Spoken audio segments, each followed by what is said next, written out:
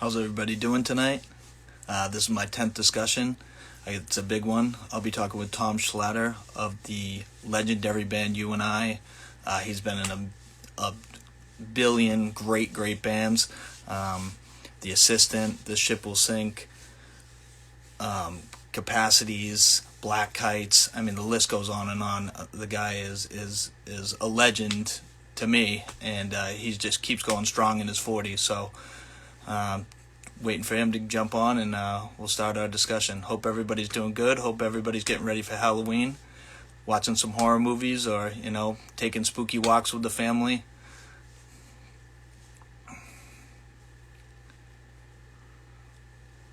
So just waiting for him to come on, and we should have an awesome discussion on punk and hardcore. All right, let's add him right here.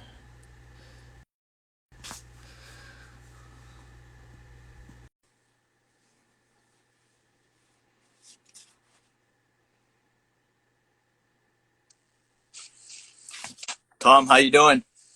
Hello, how are you? Good. Thank you for doing this. I appreciate it. Once again, like it's an honor to talk to you and have you take some time out, of your time and just talk to me about punk and hardcore and what's going on in your life and just the scene in general from back then and now. No problem. Thank you for reaching out to me. I just wanted to start by saying I have a speech impediment, so at times it may seem like the connection's lost, but it's just me. So, Yeah, I uh, that's that's totally fine. Um, and then I also just I wanted to say thank you for interviewing Jamie from There Were Wires. That interview was awesome. I love There Were Wires, and Jamie was like such, when I met him back in the day, such a good person. So just to see him talk and to see you interview him was because There Were Wires is a band that I don't think gets enough cred, man. yeah, You I know, agree. like I agree totally. so Yeah. that was such a great talk that you had with him. It was great to watch. Well, thank you so much. I mean, Jamie is such a Yeah. great guy too. Um, this is like my 10th discussion, and like all the people that I've talked to so far have been just amazing people in general, just super nice, and I'm thrilled to do this for as long as I can. I have a Awesome. bunch of other people lined up like months in advance now, and it's just I'm just excited about it, and I was super excited when you said that you would do it because Oh, I've been a huge follower since. I'm not gonna lie, I wasn't in the early days of you and I, but I was like 1998. I was a little late on the you and I, but gotcha. so what I wanted to first start out with was um, how did you and I get together? I know I've heard a few interviews with you, but I just would like to hear it, like how you guys actually just got together. Yeah, three of us were in like a melodic hardcore band called Instill, and Instill was like sort of like my sophomore to junior year of high school. I was playing in that band with Justin and John, and when Instill broke up, Justin and John still wanted to play music, and we were talking about like getting a little bit more versatile in terms of like we, didn't want to settle for playing emo music or hardcore music or fast punk. It was like we just liked everything. So I think the three of us were on the same page of like, let's just try to do it, like all the kind of music that we like and try to do it in one band. And yeah, basically out of Instill, that's kind of how that came up. It was like the end of my junior year of high school, so 1996, I think. 1986. Um, I feel old.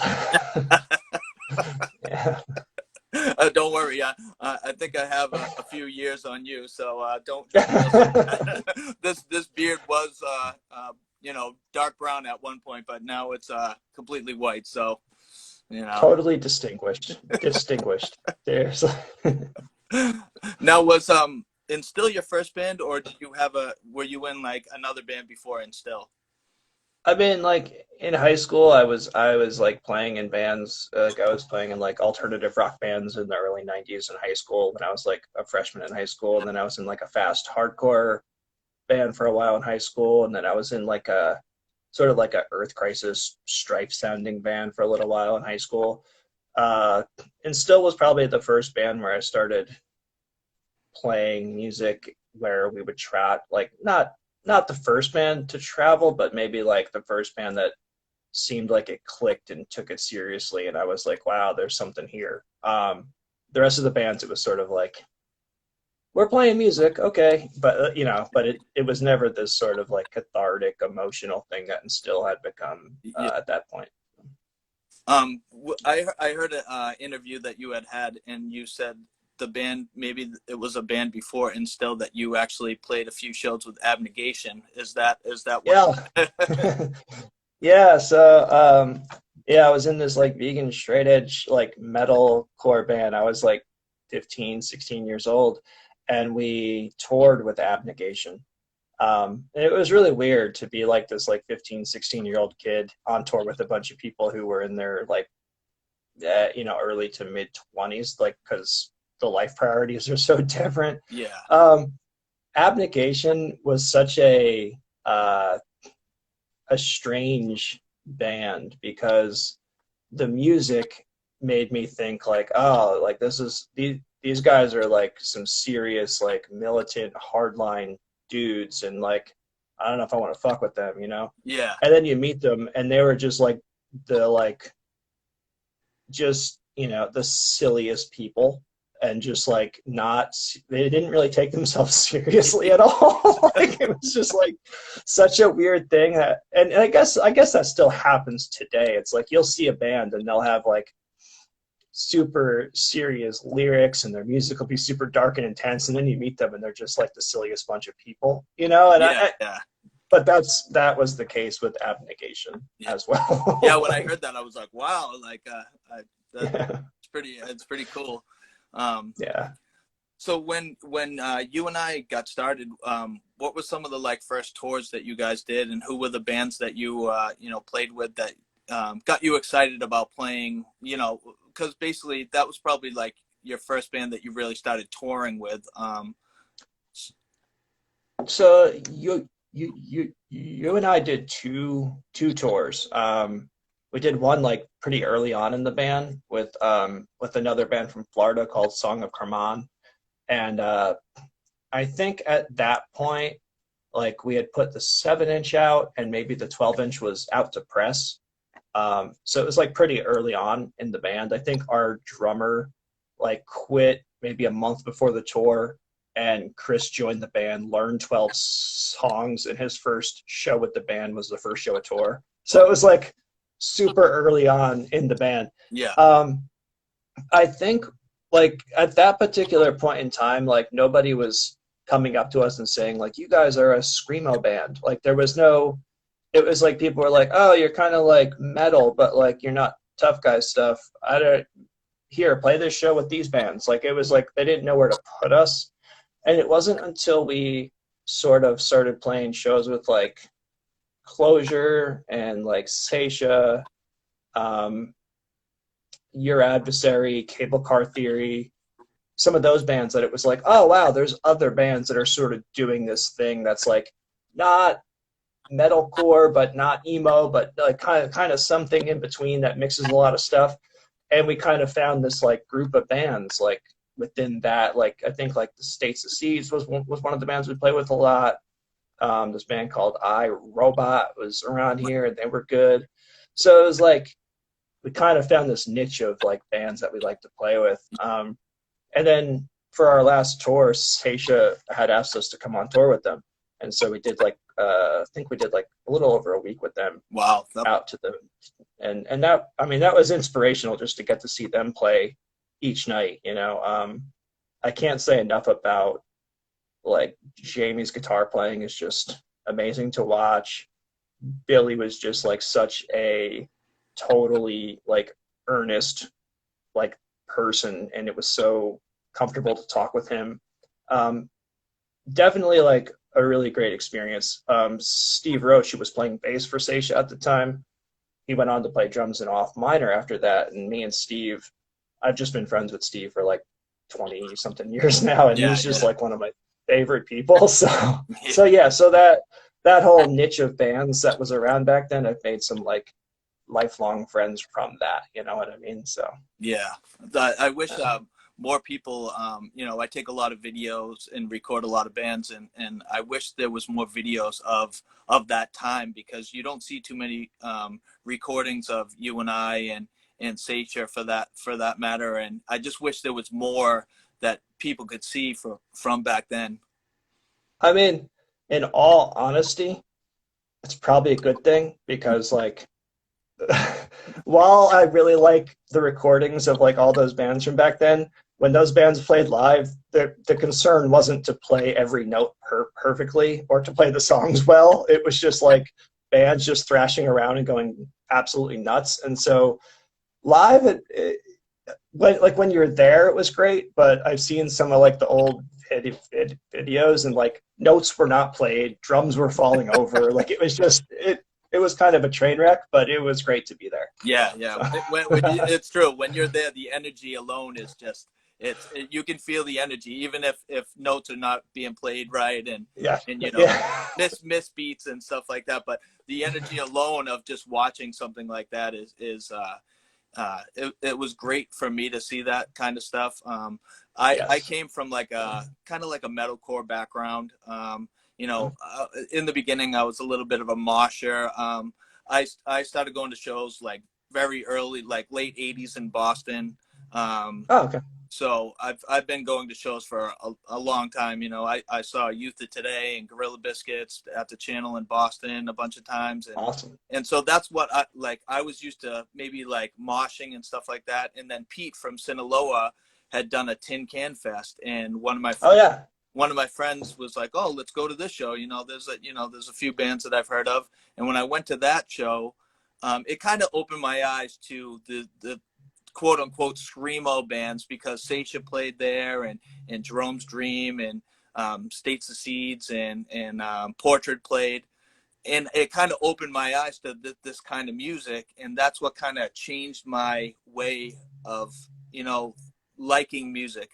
I still like metalcore in a way, but it just drew me. It had something about it. It spoke to me. I was getting a little older, and my body couldn't handle like being in the pit that much longer. You know what I mean? So yeah. it I mean, I like when I got into hardcore and stuff like Youth of Today and like Uniform Choice and all that stuff was like I loved that stuff, you know. And I'll still spin that last Youth of Today EP. That I think it's great. yeah, that And there awesome. and there's a lot of like Snapcase Earth Crisis stuff I really still like a lot too. Yeah, me too. But like I think the thing about maybe like when you were coming up and I came in a little bit later than you, of course, but like there wasn't like sort of like such a strong emphasis on like specific genres. It was just all hardcore. Yeah, And so like you probably went to Tin Can Fest saying, I'm gonna go to this hardcore show. You didn't say I'm gonna go to this screamo show or I'm yeah, gonna go yeah, to like it was all under this umbrella of hardcore, which I think exposed us to a lot more variety at that point.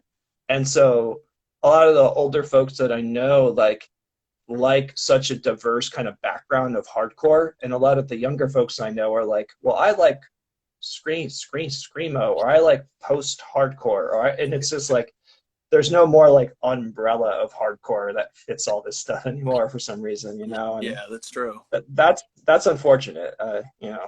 I don't know. I mean, what when you first heard the word screamo, what did you think? What what did it? And also, when the first time you heard scrams, because that was totally new to me, just years ago. All of a sudden, I'm like, what scrams? Like, it was like, I don't know. Yeah. So I like when we were playing in like you and I and like the assistant, I think I don't know, maybe like 2001, 2002, Screamo became a thing. Like that became a tagline. Um, I didn't really like when people started to describe it, it kind of made me laugh a little bit because it was sort of like, I think that like, there became this sort of like challenge to sort of like quickly describe bands and put them into like a box and Yeah, that would be it. Um, and with you and I, and furthermore with the assistant, like I was always not into getting put into a box in that regard. Like I would write pop punk songs and I would write technical metal songs and I would write, like I just wanted to do whatever came to mind. Um, when I heard the term screamo, it kind of made me laugh a little bit because it just kind of sounded like people being like, well, they're emo, but they scream. yeah, But like what it came down to is like a lot of these bands that people were calling like screamo were not very like emo at all. They were actually like pretty political. yeah, So like screamo became less about emo music with screaming and more just about a sound. You know what I mean? yeah, Like yeah, it was sort of, I think what was weird was the evolution of like screamo into the alternative press MTV thing, and like screamo became like the used and stuff like yeah, that. yeah, exactly. And yeah, and I guess like the whole scrams thing, as I've been told, was to differentiate like kind of like quote unquote OG screamo from the alternative press stuff.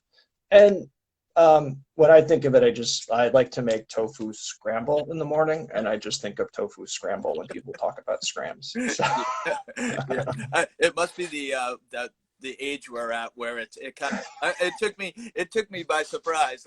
It also I'm glad you said something about it because in the early 2000s it seemed like they wanted to put every bit of like hardcore into that screamo thing. Like I heard people saying his hero is gone is screamo. I heard people saying yeah, as the sunset is screamo. I heard it was just everybody was packed into that subgenre, which I mean it wasn't really right in my it was eyes because it was strange because if you told people you were in a screamo band, like you'd get a really strange response. Like some people would be like, "Oh, like from autumn to ashes," and then like, "What? What are you like?"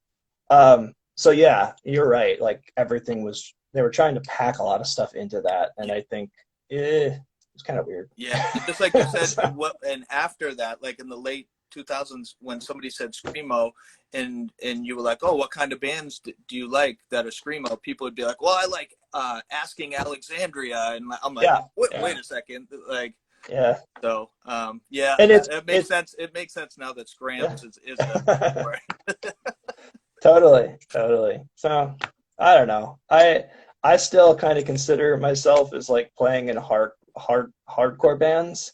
I feel like to some extent you have to use these like label these genre label distinctions to like get people to kind of get an idea of what you're doing because you can't really say like I play in a hardcore band because then they'll just assume you sound like you know uh like Jesus piece or like Code Orange or Knock Loose, and it's Yeah, like, well, yeah, that's hardcore, but like there's other stuff that's hardcore too. I don't know, but yeah. you can't really have that conversation now. It's we're just past that point. So, Now, when you were younger, were you drawn to the like the metalcore stuff, or were you more of a did you were you drawn to punk music, or what was like your inspiration to kind of start playing music? well, I mean, like, I think it was weird because your interview with Jamie was very similar to like my trajectory. Like, I was young and watching MTV, and like glam rock was on MTV, so I just watched that. When I got into like skateboarding and stuff, that's how I kind of found out about punk. And I think like Bad Religion was probably one of the first like punk bands that like really resonated with me. Yeah, And I don't know. I mean, I think I probably went through that phase of buying everything on Epitaph for a little while. yeah, And it was probably like freshman year of high school. Before that, kind of getting into like Nirvana and getting into grunge and stuff was like pretty cool because it was sort of like there was no glam to it. It was just kind of like a bunch of kids who looked like me and my friends, and they played power chords and wrote songs, and it was easy to play. Yeah. I think like getting into punk, getting into like faster hardcore and stuff, it was like Nirvana was cool for making music sort of like accessible and tangible.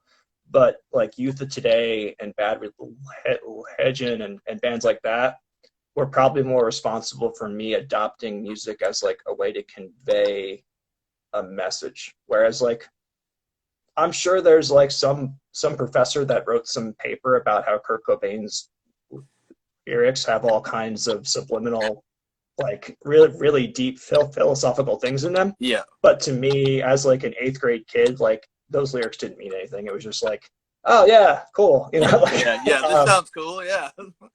yeah. So I mean, like punk was sort of like the first time I was getting like music that I liked, but also like an education in that sense too. And so it was such a fulfilling aspect of music to me. And I think that's what turned me from like a music fan into like somebody that was like, no, like music is like my lifestyle now. Yeah. You know, Yeah. Now, did you like kind of like the old school heavy metal stuff, like Iron Maiden and Judas Priest and maybe like early Ozzy, or was that kind of too old for you at the time in the beginning?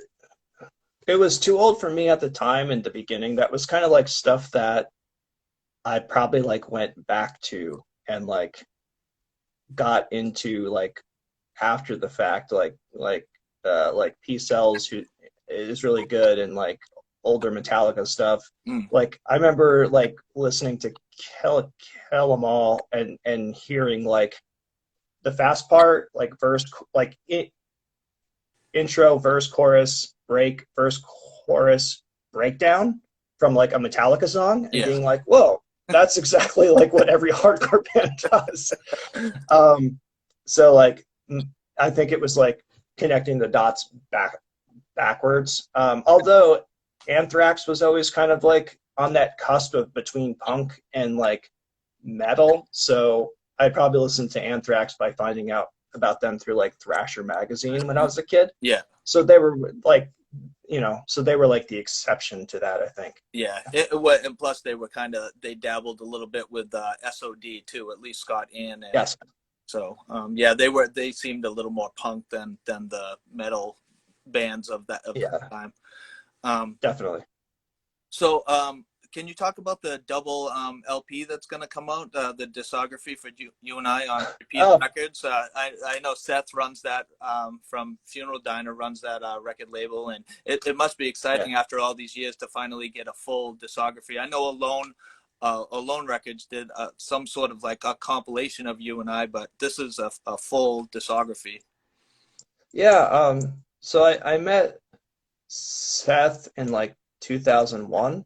He was the vocalist in this really great band called Walk Walkin, and it's spelled like Christopher Walken. Yeah. They were like a technical hardcore band, and he was the vocalist. And they ended up at my apartment because I lived with this guy Sean, who was playing in this band called A Day's Refrain. Mm-hmm. Um, and Sean and Seth had met when A Day's Refrain toured out to the West Coast. And so Seth's band had like 4 days of holes in their tour, and they just stayed at our apartment for 4 days or something like that. And so Seth and I became friends. And then every time my band went out to the West Coast, like we'd meet up with one of his bands, or like Seth would just come to the show.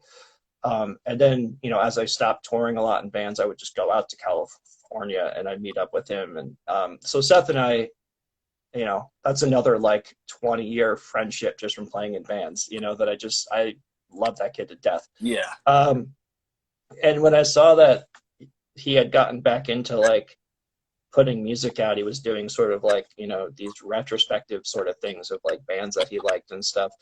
And one day he just sort of like dropped like a little like, yeah, if you ever need somebody to put that stuff out, just get in touch. And I was like, yeah, okay. But it's like, it's not really something that like, I think like because I'm doing bands right now and I'm playing in bands a lot, I don't really think about like, oh, I need to find somebody to put out this stuff that I played on when I was 17 years old. Like, it's not something that like I'm Yeah. like terribly like interested or motivated to like have somebody put out or put resources into. Um, but like it came up and I was like, well, yeah, like if you want to do it, like, would you want to do like a double LP? And he was like, yeah.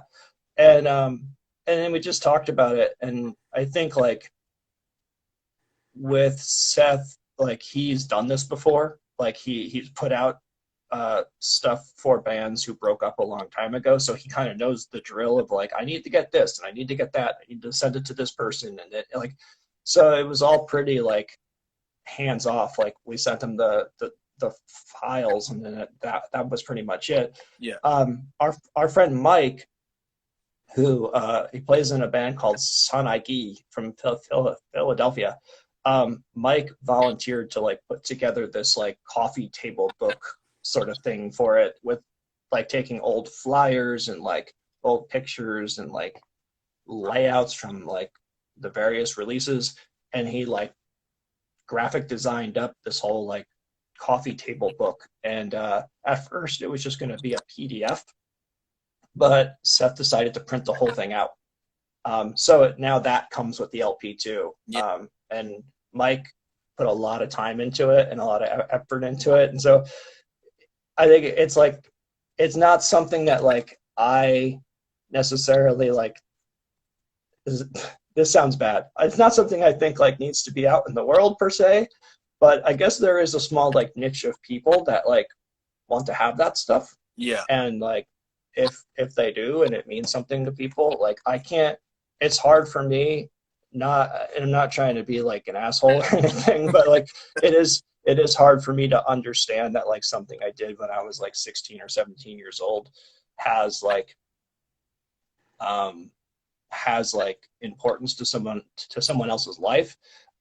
So it's hard for me to get into that mindset of like, oh, I need to press this because people want it. I can't really wrap my head around Yeah. that. Yeah. Yeah. But I guess there are people that want it. So yeah. Well, So it's like you said, you still spin Youth of Today records, and I people do. and people are people want to listen to You and I records. I mean, Yeah. You and I is still in rotation. I mean, almost every single one of your bands is always in my rotation, anyways. Because Oh, I'm thank you. your catalog is. I mean, I could talk to you for 10 hours with the catalog and body of work that you've done. It's incredible. In Thank you. testament to you, because getting into your 40s and still playing music. I talk to like everybody else about this. It's something great to me because I played in some small bands, and I screamed for 10 years, and now on my body I just couldn't do it anymore. And Yeah. the guys in their 40s still doing it and making music, and it's a lot of guys in their 40s now, although there's a resurgence of like new great bands now too, especially now. Yeah. Right now, Yeah. there was a lull years ago, but right Oh, now it's booming yeah. with new bands and really great bands. But my point is, like, being the age that we are, I think it's amazing that you're still going strong. I don't think there's a year from 1995 till now that you haven't put out a record, honestly. Do you think there's one year that you haven't put out a record? Because I was looking through your body of work and I couldn't find one year you hadn't put anything out. Probably not. Yeah, probably not. Yeah, I think I don't know. I've tried to take time off. Like I've tried to be like I'm not going to play in a band for a while, and it lasts like 3 months, 4 months before I end up in a band again. So I don't know. Yeah. Um, it's probably one of those things like I have to do something with myself, like I have to be engaged in a creative process in some way to like balance out the rest of my life, so yeah.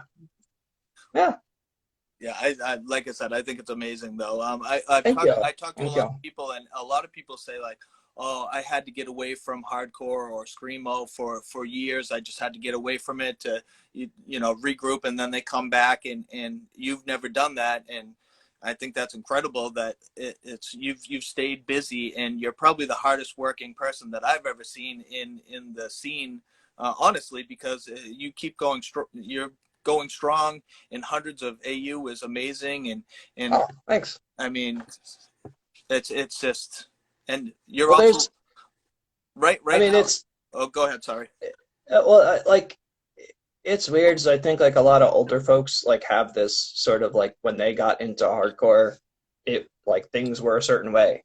And when things start to change, they're like, oh, this is no longer for me. Um, Yeah. Whereas I kind of like look at the changes and I'm like, well, why are these changes taking place? And like, do I still fit in here, or how can I fit in here in a way that like is healthy for me? You know what I mean? It's like I think like there's been a lot of like just in this conversation talking about like how like hardcore went from like hardcore to different sub genres and all that, and like and all the just like things that came along with that. I think a lot of people would bounce and be like, oh, this is no longer for me because it's not exactly what I got into.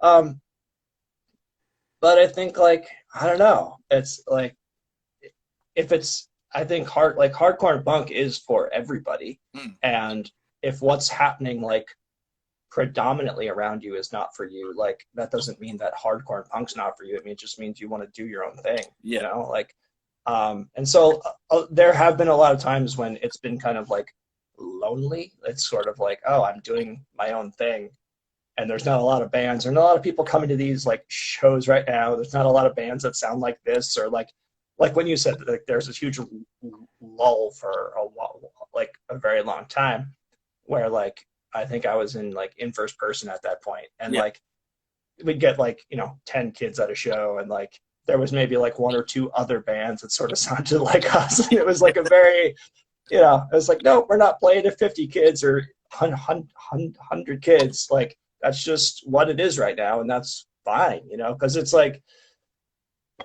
at the end of the day, it's like, I do love like the community aspect and stuff like that. But at the end of the day, it's like you play music to 10 kids or you play music to like 100 kids. It's the same thing, what like, I can't be picky about it. Yeah. Yeah. Like, No, I know. I'm just like thankful like that I get to play. So, it's like, Yeah. Do you think back in the day I feel when I was going to shows back then, it was not I don't want to say clicky, but it was more of I recorded shows all the time, but it seemed like not a lot of people were talking to each other like they are now. It's like I'll go to a show now, and now strangers are just talking to me, and maybe it's the age thing and maturity level, but I felt like back in the day, everybody was kind of like, oh, he's not from here, so I'm not going to talk to him, and he looks different, and I'm not going to talk to him. But now it just seems like a more friendlier vibe. I went to Jerome's Dream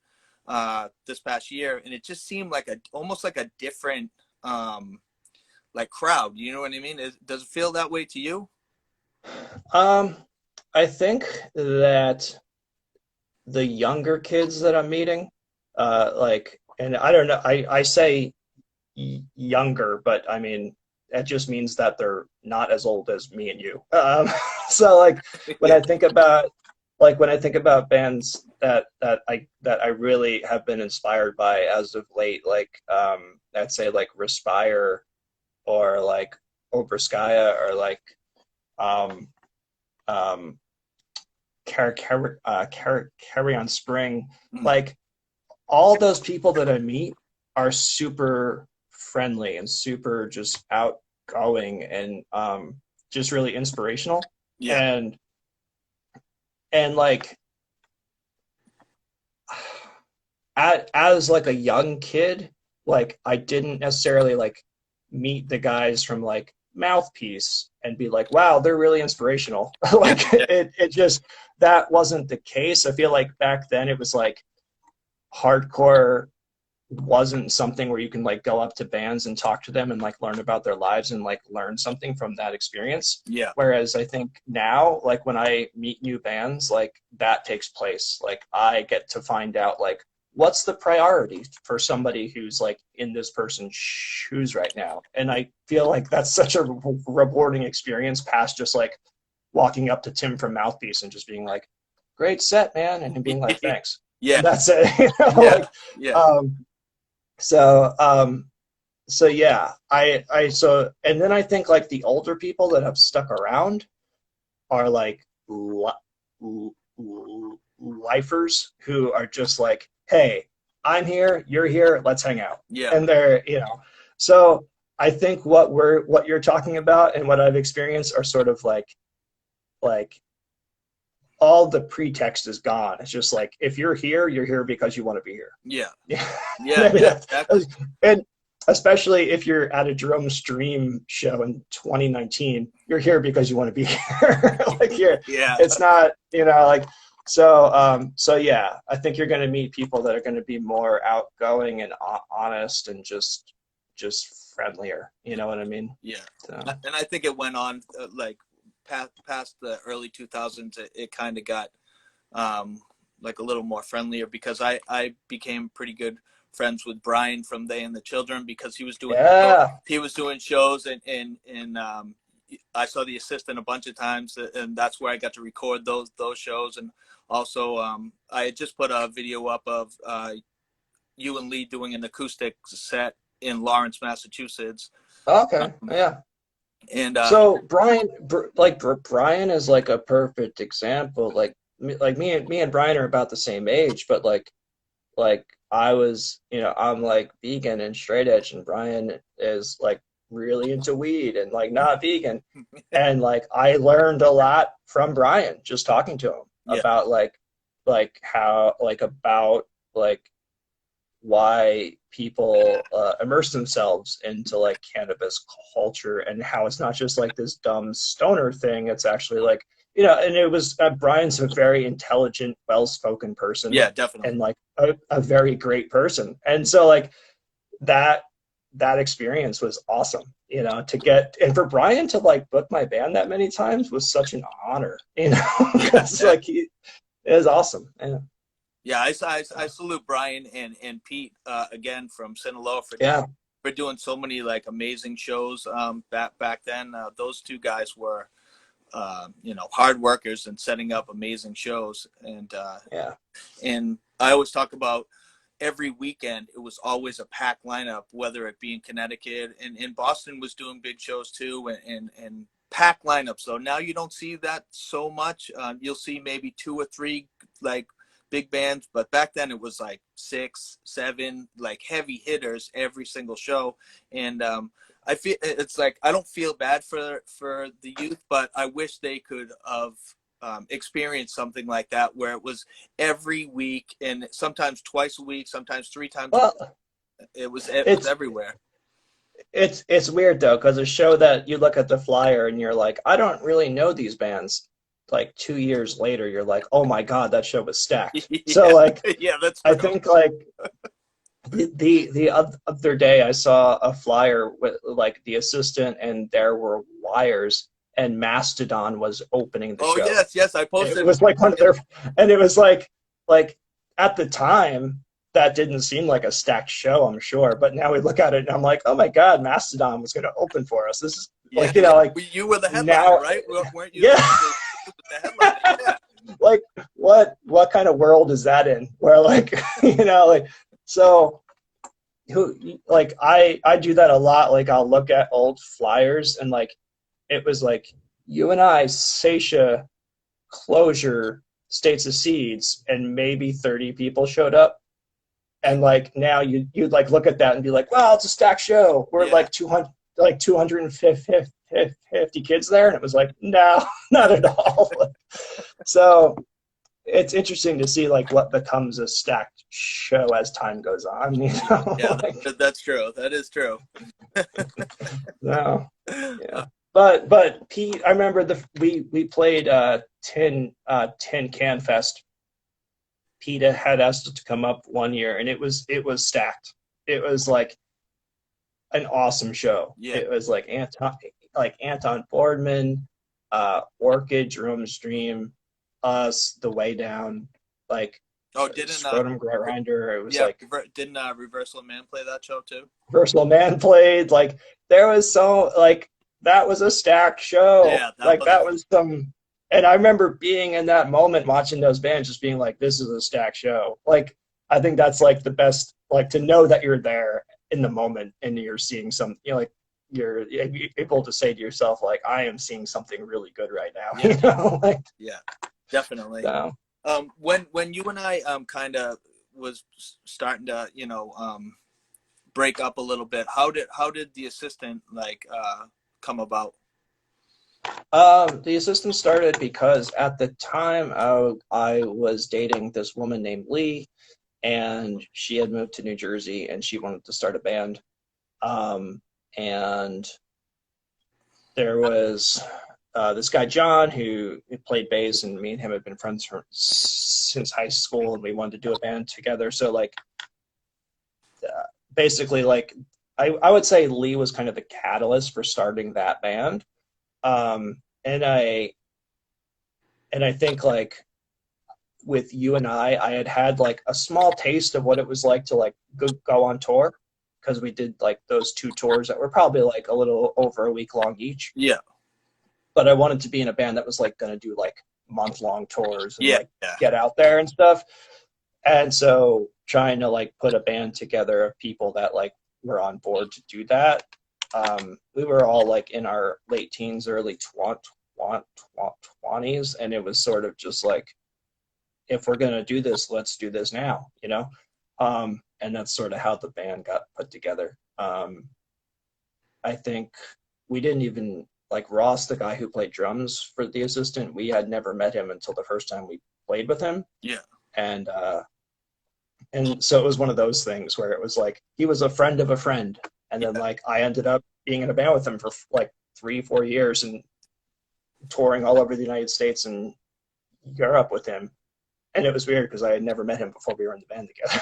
So it's sort of, um, but that was a band that, because I wanted to tour so much, I was very intense about it. And it was probably like that was the band that like people would quit, and then we get people to replace those people, and then other people would quit. And like, it was such a struggle to do that band. yeah, And it probably should have ended like years before it ended. I was just way too intense about it. And I think there was probably like a certain amount of like Lee and I at the time were in a relationship, and so there was a lot of like pressure to like, the band was like an extension of our relationship, and so that was a lot of pressure. I yeah, think that there's some people that are in bands with their partners and they do it really, really well.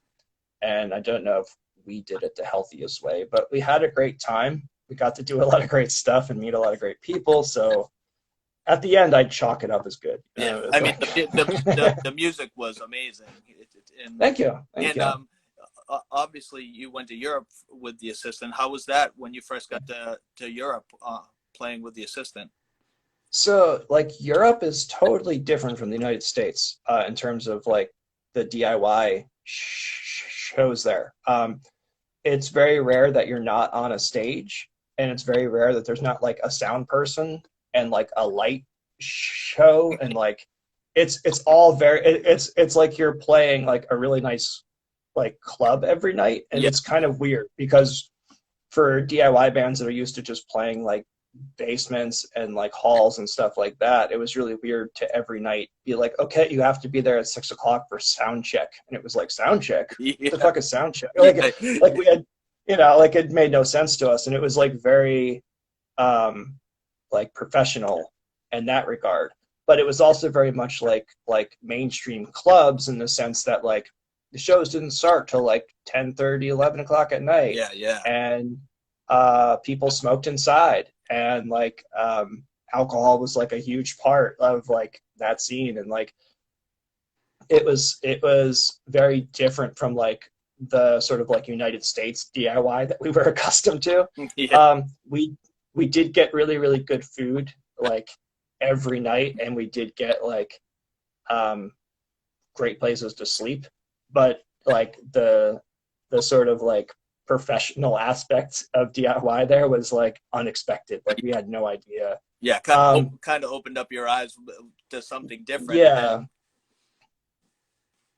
Um, and like we had no idea that when you get mic'd up and you have to do a sound check, you're supposed to play at like 25% of the volume that you would normally play at. And like we would get on stage and just turn our amps up to where we would usually be. yeah, And yeah. these sound like the sound person would just be like, "What are you doing?" Like, like, which every time I've been back to Europe since then, I verified like it hasn't changed. Like it it's really weird when you're a person that's not used to playing at a place that where you do like a sound check and get mic'd up and then you have to go do that. Yeah. It's very strange. At 41 years old, I'm still not accustomed to it. You know, it's still weird for me. So Now after the assistant, was it this ship will sink was the next band that you were in, or yeah, yeah. At the end of the assistant, it was like a lot of people had quit, and I ended up like figuring out a way to just play through three amps and just be like, we're not going to get another bass player or guitar player. It'll just be me playing guitar. Lee'll do the vocals, or also play drums. Three people will like write all the music, and that's it. And like, and it was a lot of stress, but it was really efficient to only have to deal with three people. yeah, You know, so when the assistant broke up, I was like, well, I kind of like that. Like, I kind of like just having three people. mm, It's really, So again, like I had met these couple of kids at shows and stuff, and I had asked one of them about starting a band.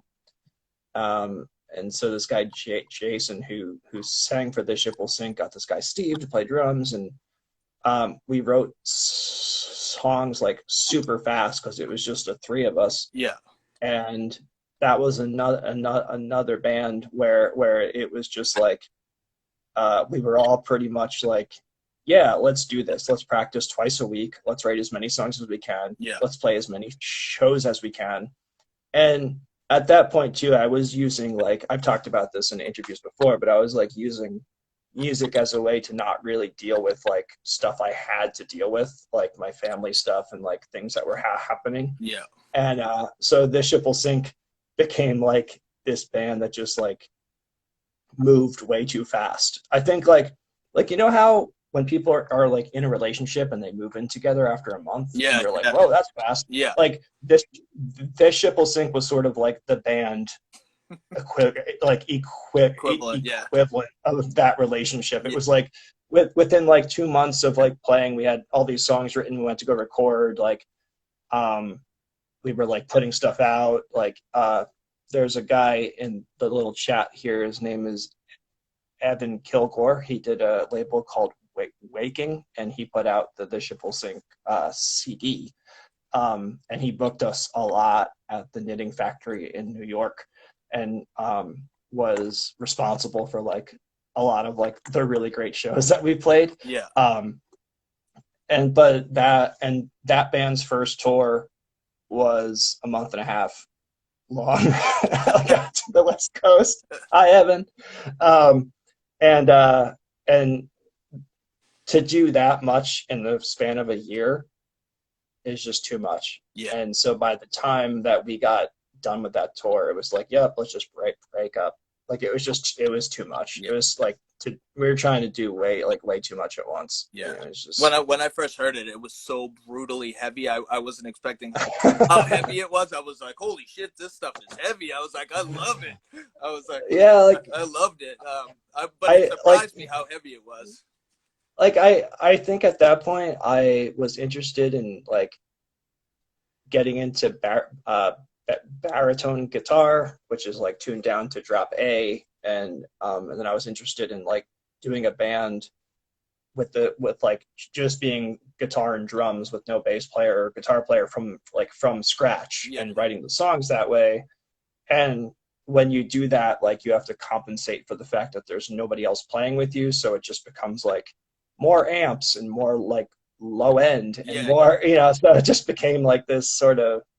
And I think also from a music point of view, like the assistant and you and I were sort of like ups and downs and like all over the place, and I kind of wanted to like streamline it and just be like, I'm gonna pick a thing just gonna try and write some like darker Yeah. hardcore for this and kind of see how it goes. And I think that right, like when I wrote all that stuff, I was like, I was a pretty good guitar player. And then once that band got done, I went snowboarding and I broke my wrist, and I've never been able to play that Wow. like that fast ever again Yeah. in my life. Wow. I'll like listen back to some of those songs, and I'm like, dude, I was kind of like a shredder back then, Yeah. and then like I broke my wrist like 2 months after the band got done.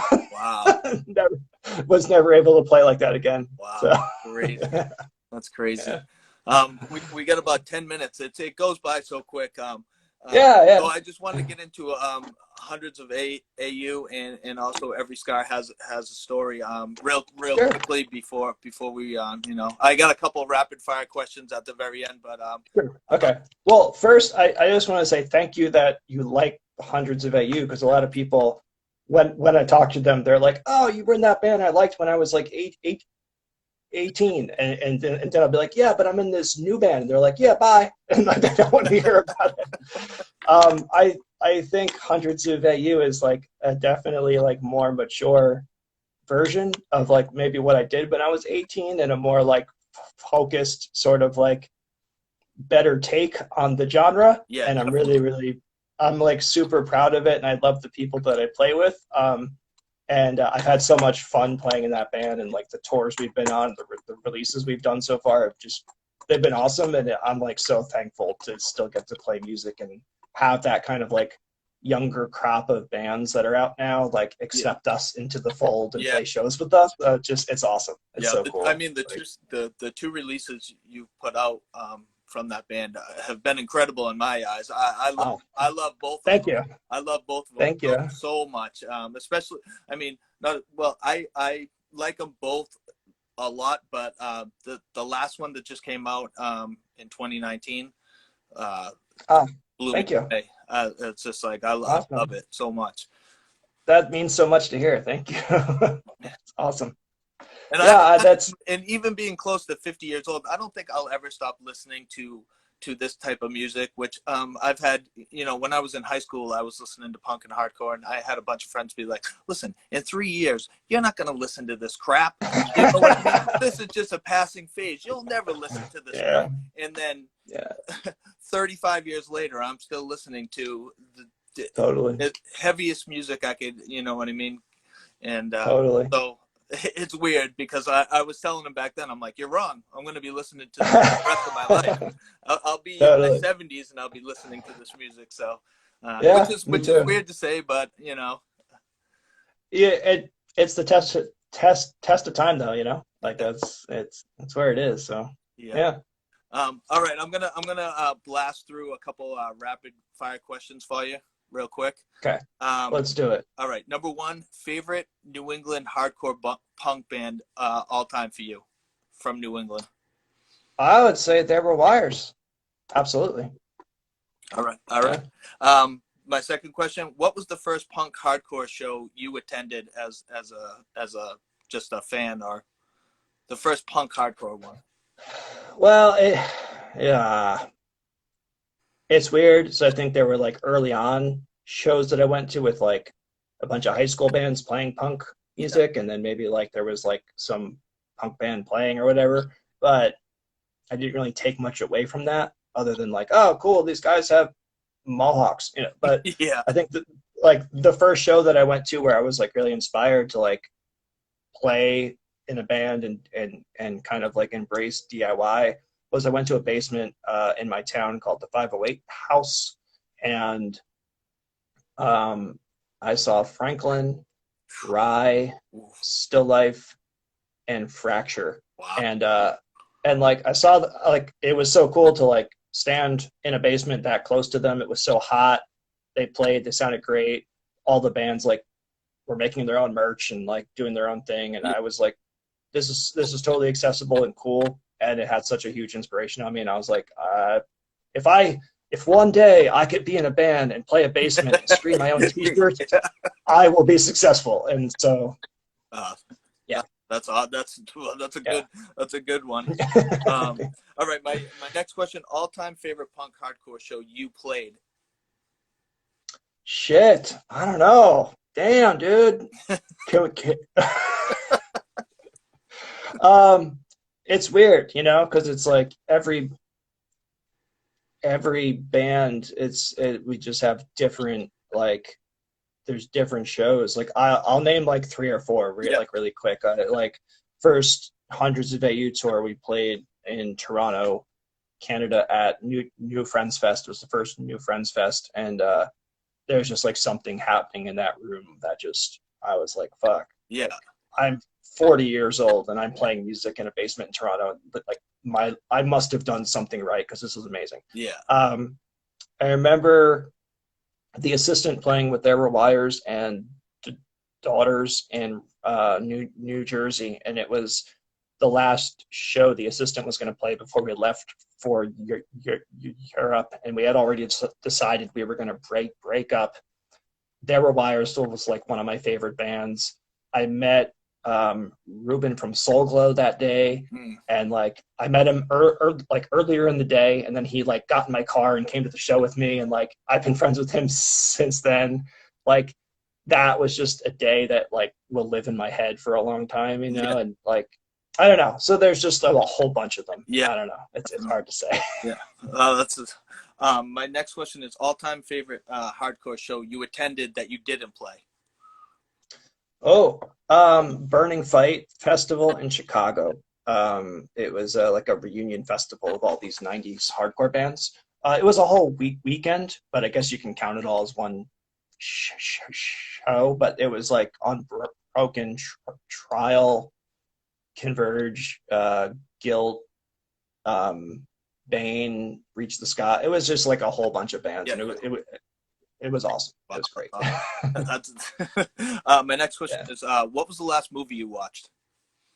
Last night, my wife and I finished up a movie called Agatha and the Truth About Murder, which is getting into nerd territory here. It's a movie about how in 1920 Agatha Christie, the famous author, disappeared for about a week and a half, and when she came back, she said she had amnesia, but it's been questionable. Oh, And this was like a movie about what may have happened during that week and a really? half. Oh, that's So interesting. That's it was cool. interesting. Yeah. Oh, nice. What year was that from? It's pretty new. It's on Netflix. Netflix. So I think it came out in the past like 2 years or so. Okay, nice. My next question is since it's Halloween, favorite all-time horror movie? Jacob's Ladder. If I mean, is that a horror? I don't know. It could be. Yeah. It could be. It's when I was a kid, it scared the shit out of me, so I just assume it's a horror movie. I guess you call it psychological thriller, Yeah. but Tim Robbins was in that, Yep. I think. Yeah, yeah.